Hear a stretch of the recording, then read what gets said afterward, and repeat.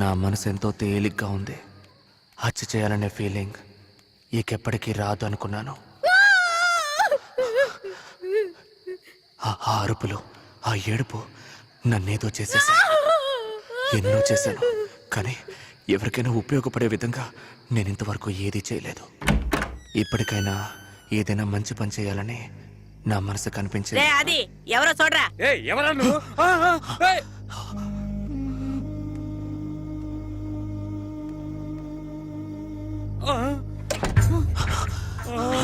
వెనకొచ్చే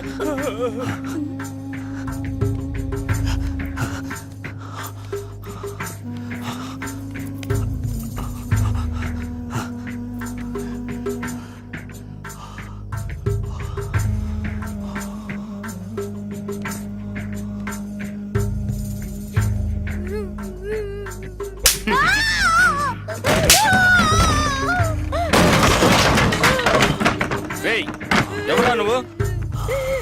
అడుగుతుంటే చెప్పవే. అడుగుతున్నానుగా, చెప్పవే. ఎందుకురా కొడుతున్నా? 4000 ఇచ్చాను, ఏమైనా చేస్తాను, మూసుకొని పోరా.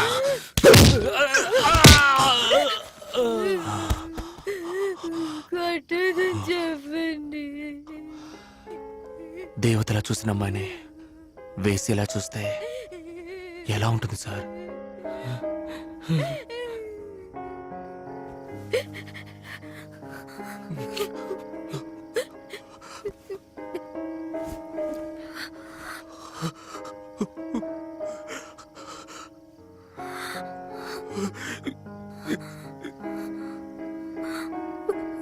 ప్రభా,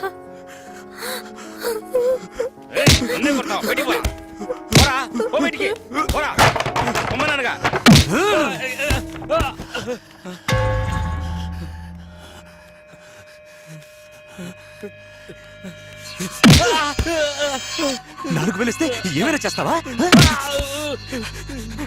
నీ కలిగే ఆ నొప్పేగా తనకి.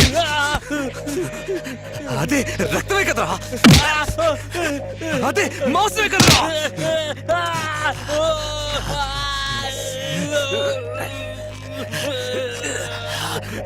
చూడు చూడు చూడు.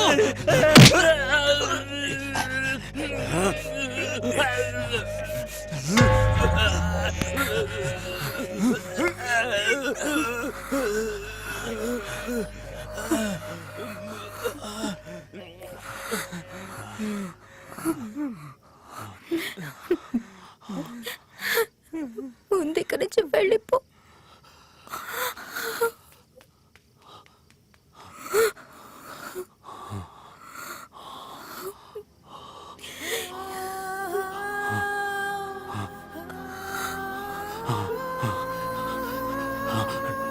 నువ్వు నాతోరా, నాతోరా. నిజంగానే చెప్తున్నావా? నిజంగానే చెప్తున్నావా? నిజంగానే చెప్తున్నావా? నిజంగానే చెప్తున్నావా? నిజంగానే చెప్తున్నావా? నువ్వు చెప్పేది నిజమేనా అంత అనగానే నాలో ఉన్న ఆ చిన్న ప్రభాకర్, చావు హత్య ఇవేమీ తెలియని ఆ చిన్న ప్రభాకర్ మళ్ళీ వచ్చాడని నాకు అనిపించింది. మేమే ఊరు వదిలేసి మాకు నచ్చిన ఊరికి వెళ్ళిపోవాలని నిర్ణయించుకున్నాం. కానీ వెళ్లే ముందు నేను చేసిన పాపాలని సరిదిద్దుకోవాలనిపించింది. అంజలిని ఒక లేడీస్ హాస్టల్లో చేర్పించి ఏం చేయాలని ఆలోచిస్తున్న సమయంలోనే మీ టీవీ వ్యాన్ని చూశాను. 10,000 ఇస్తాననగానే వెంటనే వచ్చేశారు. ఇదిగో ఇప్పుడు రికార్డ్ చేస్తున్నారు. అంత పెద్ద తప్పేం చేశారు సార్ మీరు? దీన్ని రికార్డ్ చేయమంటారేంటి? మా పక్కింటోడు నెలకు 30,000 రూపాయలు సంపాదిస్తున్నాడు. వాడిని చూస్తే నాకు కడుపుమంట. కొత్తగా ఒక పల్సర్ బైక్ ఉన్నాడు. ఎవరు లేని టైం చూసి ట్యాంక్ ఓపెన్ చేసి ఒక గుప్పెడు పంచదార అందులో వేశాను. ఏదో నా వల్ల ఏం సాయం. నా దగ్గర డబ్బులు లేనప్పుడు ఎవరైనా రీబాక్ షూ వేసుకున్నా, రేబాన్ గ్లాస్ పెట్టుకున్నా, ఎవరైనా అమ్మాయితో వెళుతున్నా నాకు కడుపుమంటగానే ఉంటుంది. అందుకు నేనేం చేయగలను? నాకంటూ కుటుంబం, భార్య బిడ్డలు ఉన్నారు. నేనేం చేయలేను. మీకు ఎవరు లేరు కాబట్టి మీరు ఈ పని చేశారు. దీన్ని పోయి గొప్పగా చెప్పుకుంటున్నారే. ఇప్పుడు పరిస్థితి మారిపోయింది. అంజలి వచ్చేసింది. ఇప్పుడు రికార్డ్ చేసి ఏం చేయబోతున్నారు? వద్దు సార్. నేను రికార్డ్ చేయడానికే పిలిచాను, అడ్వైస్ చేయడానికి కాదు. రికార్డ్ చేయి. ఏదో ఫ్రెండ్షిప్ కొద్దీ చెప్పాను సార్. సారీ సార్, మీ ఇష్టం. ఇవన్నీ ఇంతసేపటి నుంచి ఎందుకు చెప్తున్నానంటే నేను చేసింది కరెక్ట్ అని కాదు. I'm not trying to justify my self. హత్యలు చేశాను తెలిసి తెలియక. నేను చేసిన హత్యల గురించి పోలీసులకు చెప్తే వాడు నమ్మరు. అర్థం కాలేదు కదా? ఒక్క నిమిషం.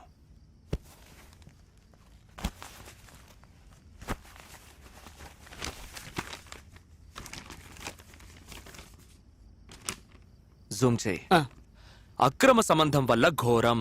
వీళ్ళెవరో తెలుస్తోందా? బీచ్ లో లేపేశానే వాళ్ళిద్దరు. ఈయన ఈవిడికి భర్తట. ఈయన ఈవిని లేపుకెళ్ళిపోవడం వల్ల ఈయన మనుషులు పెట్టి లేపేశాడట. మర్డర్ చేసింది నేను, దొరికిపోయింది బాలకృష్ణ అనే ఈ దద్దమ్మ. ఒక నిమిషం.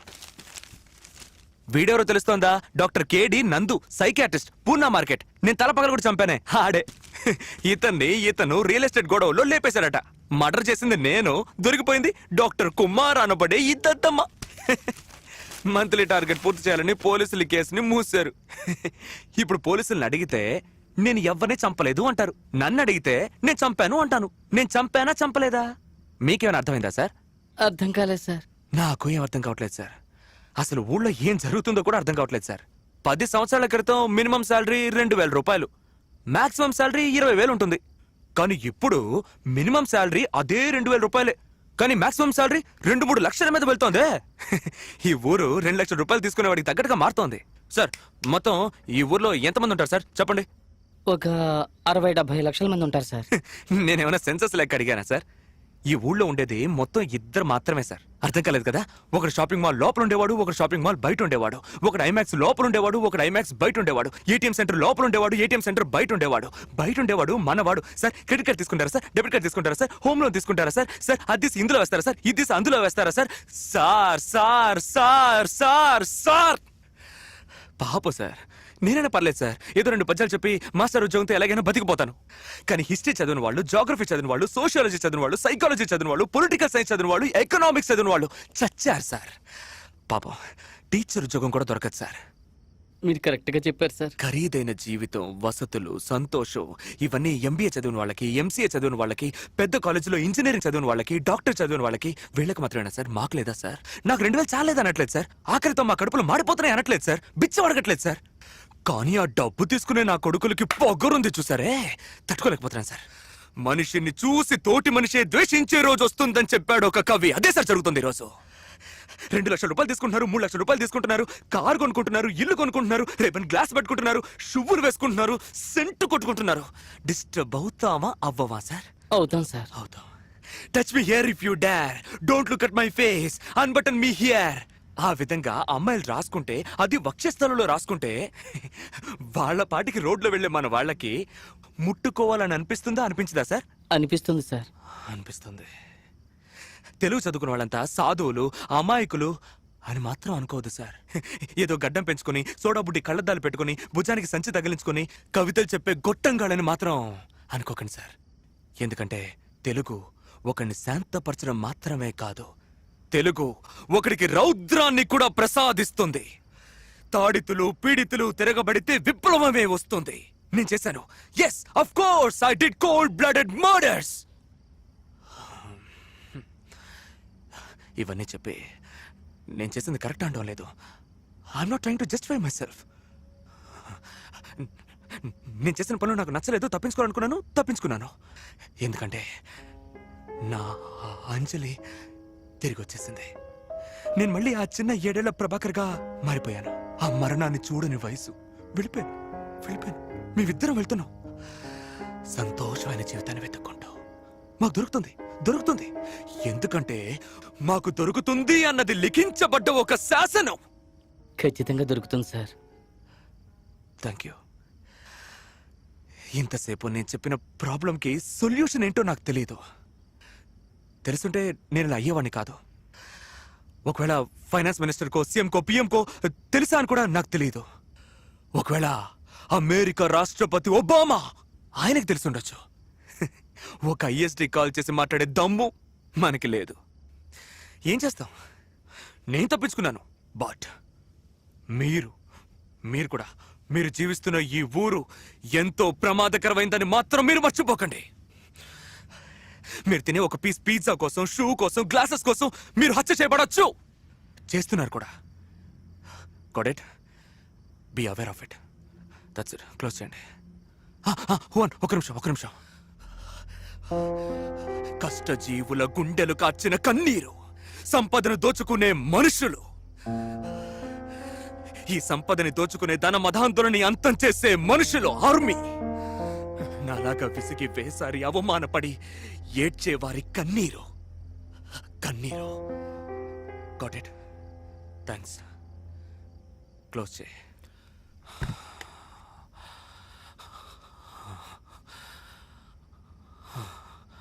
సార్ సార్ సార్ నాకు మీరు 10,000 రూపాయలు డబ్బు ఇస్తానన్నారు కదా సార్. వద్దు సార్, వద్దు.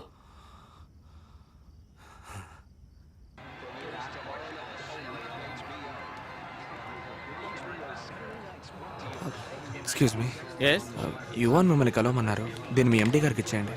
అలాగే. మీ పేరు? పేరేం అవసరం లేదు, ఈ క్యాసెట్లో అన్ని వివరాలు ఉన్నాయి, ఇచ్చేయండి. Okay sir.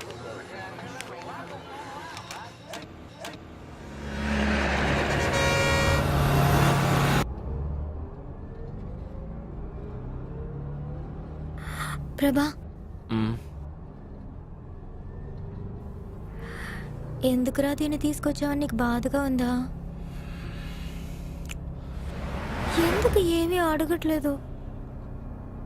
ఏం అడగాలి? 3 సంవత్సరాలుగా ఎంతో కష్టపడ్డాను, ఏవేవో జరిగిపోయాయి. అవన్నీ నీతో చెప్పాలి కదా. ఇలా చూడు, నాకు తెలిసిన అంజలి జీవితంలో ఏది జరగలేదు. జరగని వాటి గురించి ఎందుకు అడగడం, మాట్లాడటం? నా జీవితంలో నేను 10 గంటలకు పడుకొని చాలా కాలం అయింది. ఇలా చూడు, నువ్వు పక్కనున్నావన్న సంతోషంతో బాగా నిద్రొస్తుంది. నువ్వు నిద్రపో, సరేనా? పడుకో, పడుకో.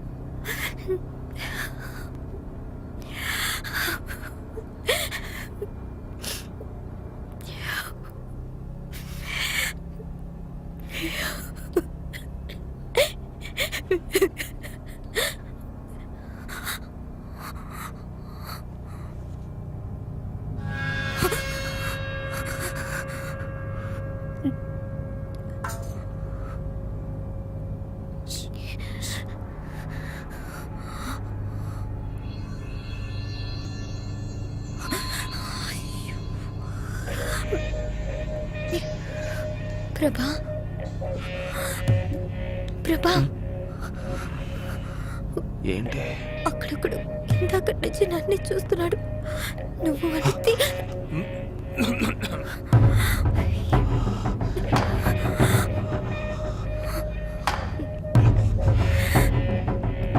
వద్దు ప్రభా, దయచేసి వాడిని చేతున్న మాట విను. ఊరుకో అంజలి, నాకేం చేయాలో తెలుసు. ఉండు. ప్రభా, జరి కూర్చో, జరి కూర్చో.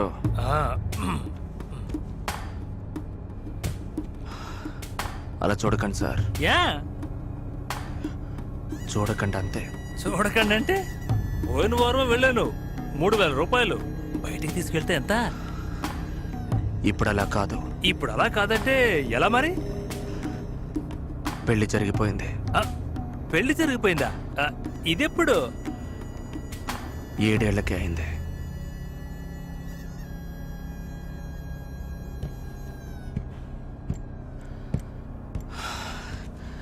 ఎక్కువ నిన్ను చూడ్డం, నిద్రపో. ఏం చెప్పావు? ఏం లేదు, నిద్రపో. చెప్పు, ఏమని చెప్పావు? నీకు నాకు 7 ఏటే పెళ్ళైందని చెప్పాను. నిద్రపో.